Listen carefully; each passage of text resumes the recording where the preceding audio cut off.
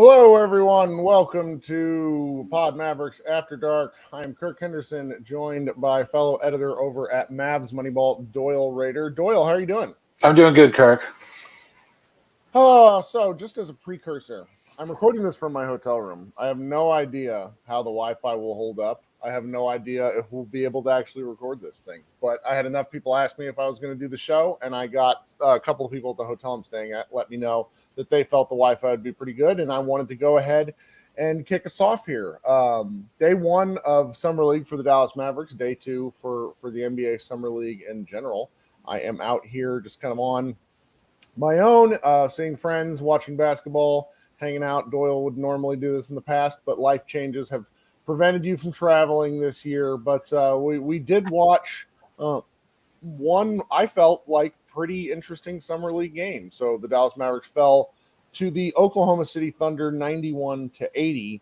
But in games like this, particularly in a game where the Thunder are basically playing four of their rostered players, it felt like kind of a different talent imbalance. The Thunder just have lots and lots of young guys. So the fact that the Mavericks lost doesn't bother me a tick. I think that there's a whole lot of stuff that we could talk about, and I'm kind of curious as to where you think we should start, Doyle. I guess, the thing that everyone's is going to want to talk about is how did our two first-round draft picks look in this game, Dereck Lively and OMax? So for me, I was sitting baseline, and I'm not really used to that perspective. I always watch it on my TV, so you're watching from the sides. And so I got a look at the offense in the first half and the defense. Yeah, that's right.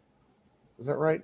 Whatever. I definitely got a good look at the offense in the first half and the defense in the second half, right up close and personal. And kind of starting with Lively, defensively, I can absolutely see where the Mavericks are interested. He is like the kind of Tyson Chandler comps I feel aren't really fair to anyone involved.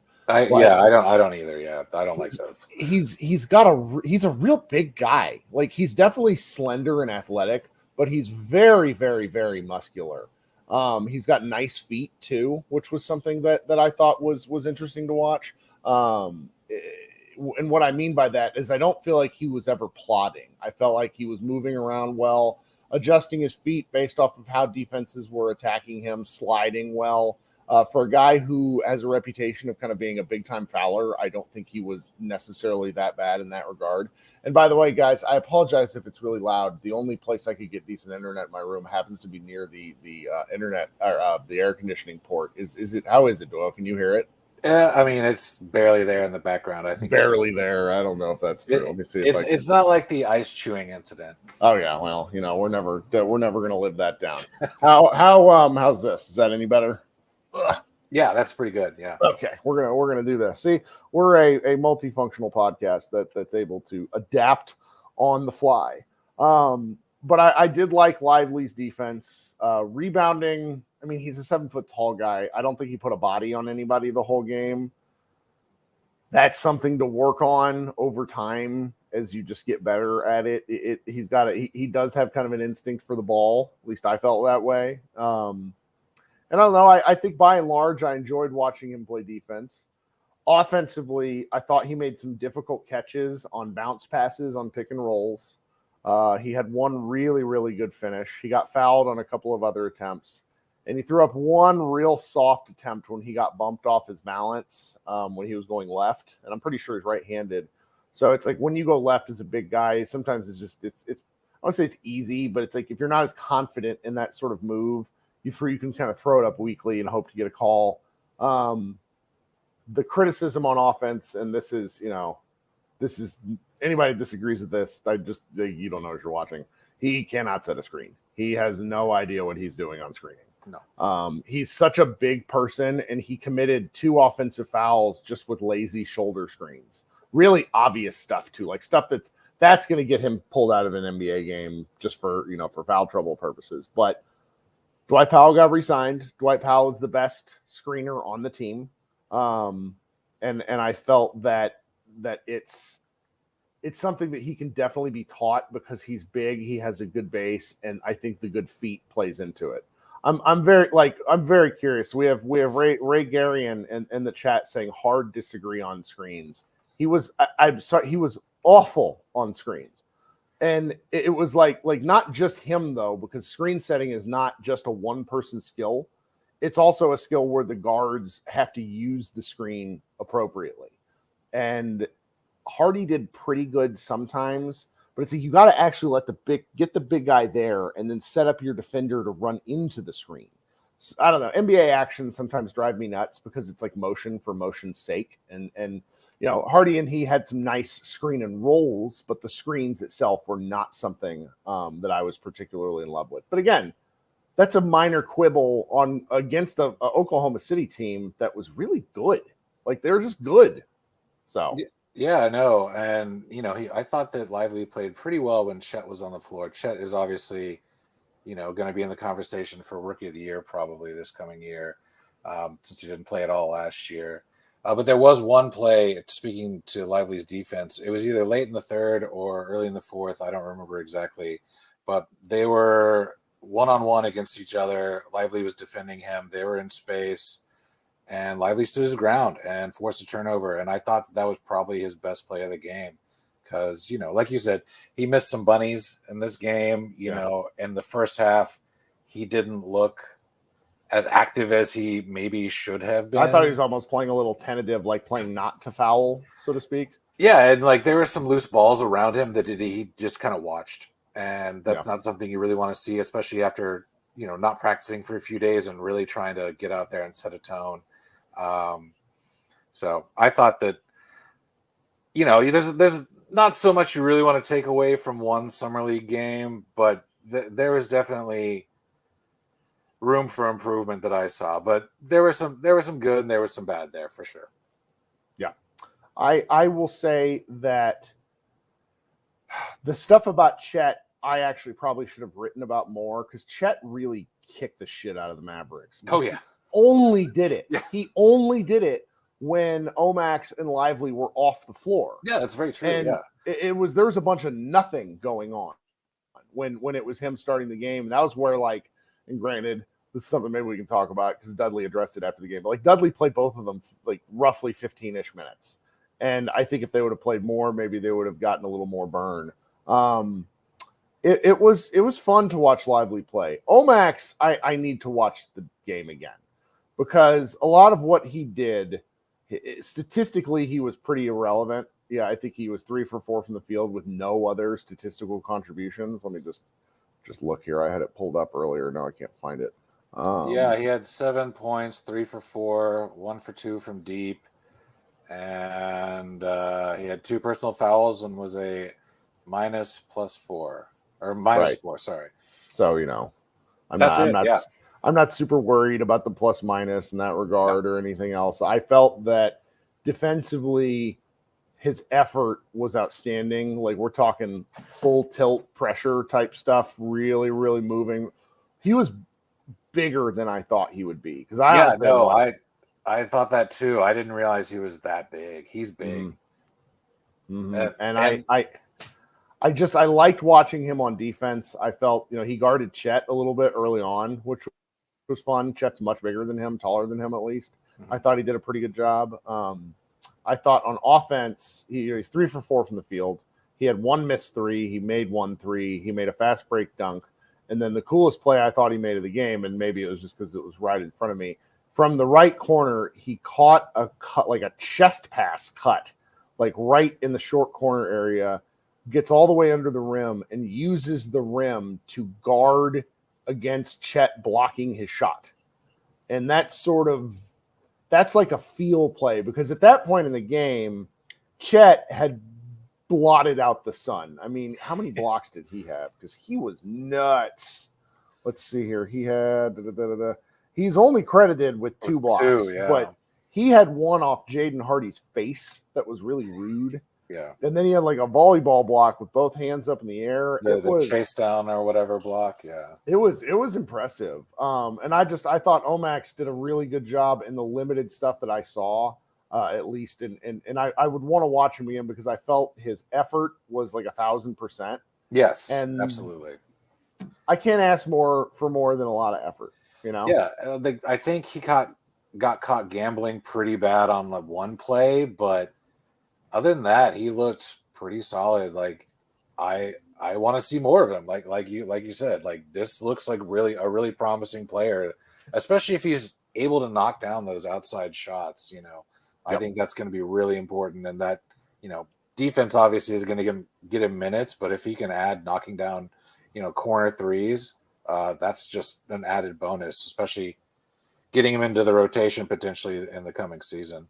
Yep. I'm going to be interested to see where he plays, 3 or 4, a little bit more. I guess it's probably going to be very matchup dependent. Okay, but so before we go on to kind of talk about the rest of the game, I would like to take a minute to ask you guys to go ahead and like this live stream if it takes you just a second. Liking the stream does a lot to help us out. While you're down there in that area of the YouTube page, you can also go ahead and hit that subscribe button. Bit by bit, we're getting more and more subscribers. It's very important. If you're listening on the audio version of the show, thank you so much for listening. And if you haven't subscribed already, go ahead and do so. Okay, so, you know, with these sort of summer league games, it's easy to it's easy to say, well, we don't need to take away anything. It's easy to overreact. Like I was sitting next to some Oklahoma City guys, and they were kind of funny talking about elements of different players. It's just like the Oklahoma City roster is so much more had so much more depth. Yes. I'm just like, what are you guys even worrying about? This is preposterous. Cason Wallace was absurd. Yeah, he's the new Mavericks killer. Like, you can just book that now. That 6 3-pointer being a half court prayer is just really, really crushing me. Yeah. Let's see here. So we haven't really talked much about Jaden Hardy. I would say in the weeks up to summer league, Jaden Hardy has been the Maverick that the team pushed the most in terms of like what they were the most interested in seeing and what they were hoping for, which I think is a smart ploy, if only because it takes some pressure off the rookies who are not exactly in, you know, like a center and a wing, particularly a non dribbling wing, ball handling wing, is not going to, you know, lead your team. It's guards that's going to make the difference. Summer league guards tend to make all the difference in the world. Now, I will say, having not seen Hardy in person up close since last summer, physically he looks fantastic. I remember thinking last year about how he had a frame to put on a lot of muscle, and he's really put it on through the shoulders. Somebody in the chat earlier said that Chet Holmgren kind of owned Hardy, which I think there's a good argument for that. I also thought that Hardy did not let that stop him from attacking. He went right at him several times, yeah. He settled for some threes that I don't love, but like overall, he did some interesting playmaking with the aforementioned Lively. I thought he played a pretty nice game. You know, 30 minutes. Shooting efficiency wasn't great, but 6 rebounds, 1 assist to 3 turnovers, which isn't great. But you know, what are you going to do? Particularly if you're operating out of the pick and roll and your roll man only converts 1 time. I continue to be, I'm not quite as bullish, I think, as the median Mavs fan on this, who is like absolutely in love with the guy. But I see his quick trigger and sort of just willingness and confidence to be extremely important for the Dallas Mavericks moving forward.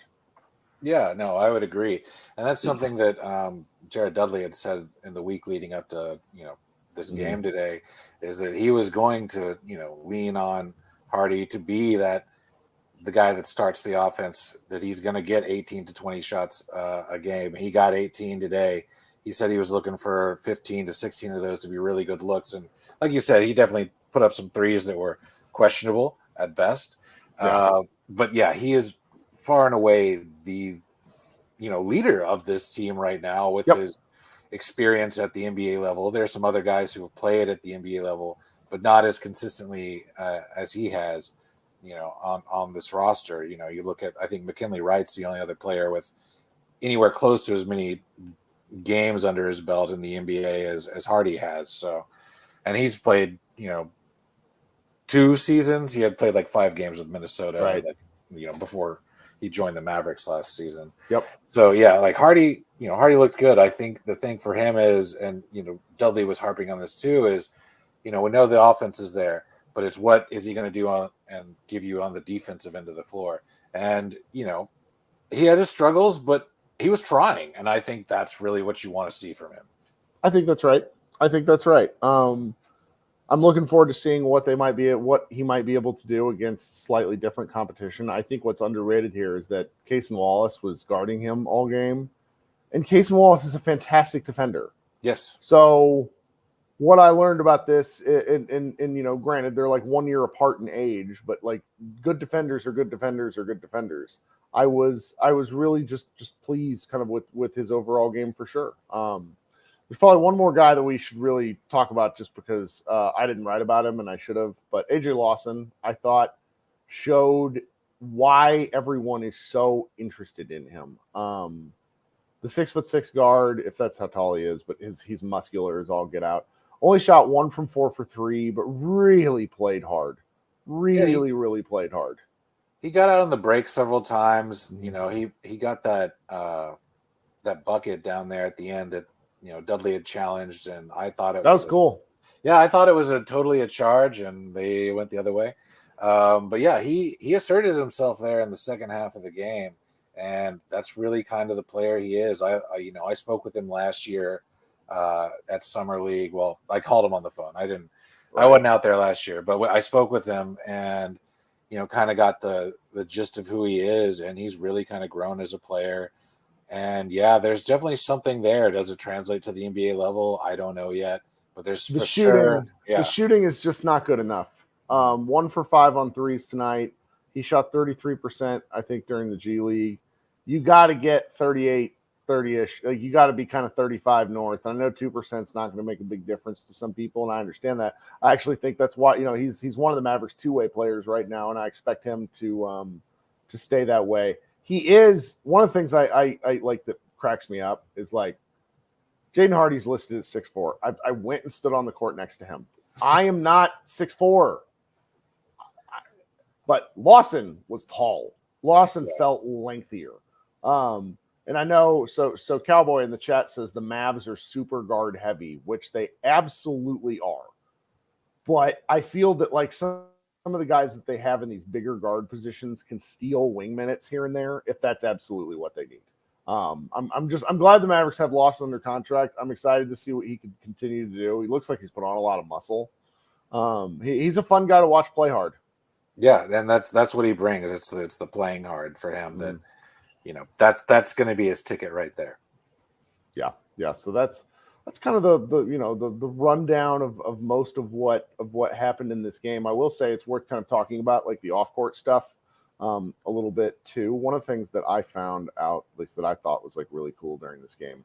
I don't know if the Dallas Morning News sent me one. So like there's open seats along the baseline, which normally doesn't happen.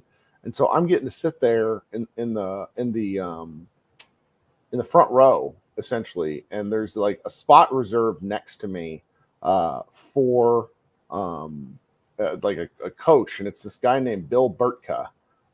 And about 2 minutes into the game, he comes and sits next to me. Now, if you don't know who he is, he's a 95-year-old, like one of the most decorated assistants like in NBA history. He's been an NBA champion as an assistant coach 7 times and as an executive 3 times. He's done a lot of this stuff with the Lakers on and off.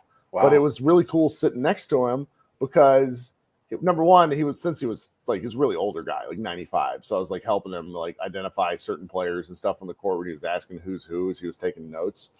And then he was just like, he would just make little comments here and there where it's like Cason Wallace hits his first 3 and he's like, man, it's like that guy's special. It's like, okay, wow. And it was neat sitting next to him there. Also where I happen to be, Got to see a lot of the Mavericks come in. The different Mavericks that came to support today, past Mark Cuban, Nico Harrison, and Jason Kidd, which were all there. And granted, I think for as much as I sometimes we kind of as a site like regularly bag on like Cuban kind of being there, I also think it's cool that he's supporting in that regard. I think he's been to every summer league that we've ever been out to. So yeah, and then the players who I saw were Maxey, Josh Green. Tim Hardaway, him and Maxey's beards are so big at this point. Like, they're not unruly, they're just enormous.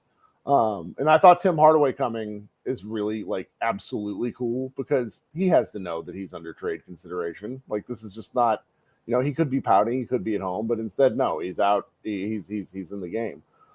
Kyrie came, I want to say, like midway through the first quarter, which was something. It was just cool to see an all-star that close. It's just such a fun environment. There were so many people there, Doyle. Like I for a Saturday game at noon, both sides of Thomas and Mack were filled out. And then behind it was just yesterday was kind of incredible because I'm watching I got to watch the Summer League debut of Wembanyama. That was at 6 p.m. local time. You basically if you wanted a good seat, you needed to have gotten there by like 1 o'clock. Wow. Like I was sitting kind of on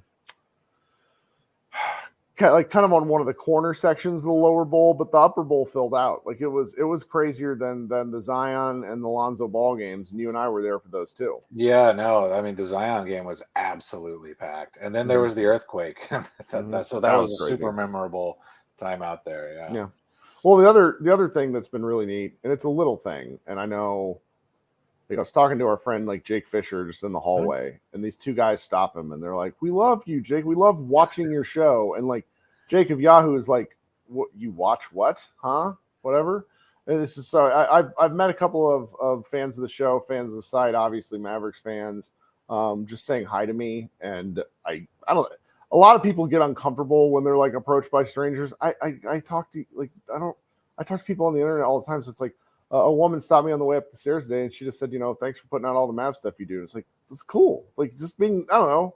Everybody, so many people yell at me for my shitty takes. It's nice to hear somebody pop in and say hello. Were you able to watch any of yesterday's games? Yeah. So I watched the second half of the Rockets and Blazers. So I got to see that crazy last shot to win the game. Then I watched, Wemby's kind of lackluster debut, but he's a Spur, so we knew it was going to be boring. So, yeah, I got to see those two. And I've kind of casually watched just what's been on TV today after the Mavs got finished.